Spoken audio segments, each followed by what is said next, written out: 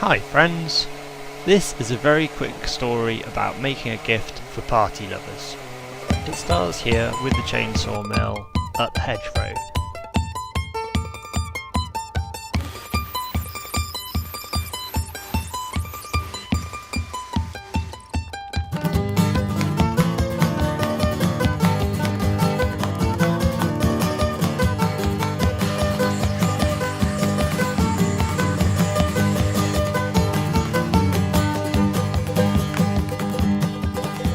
One fine day in Kilkenny in September of the year, our hurling boys were coming home from Cork and weed and cheer. The people filled the streets at night, all wearing black and gold. They looked like giant bumblebees all swarming down the road. Sing up Kilkenny, up the cats, hooray the boys are coming back. So raise a flag up to the sky, wave that gold and black.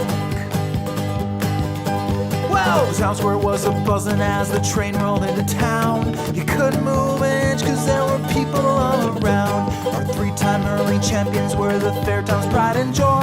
Decide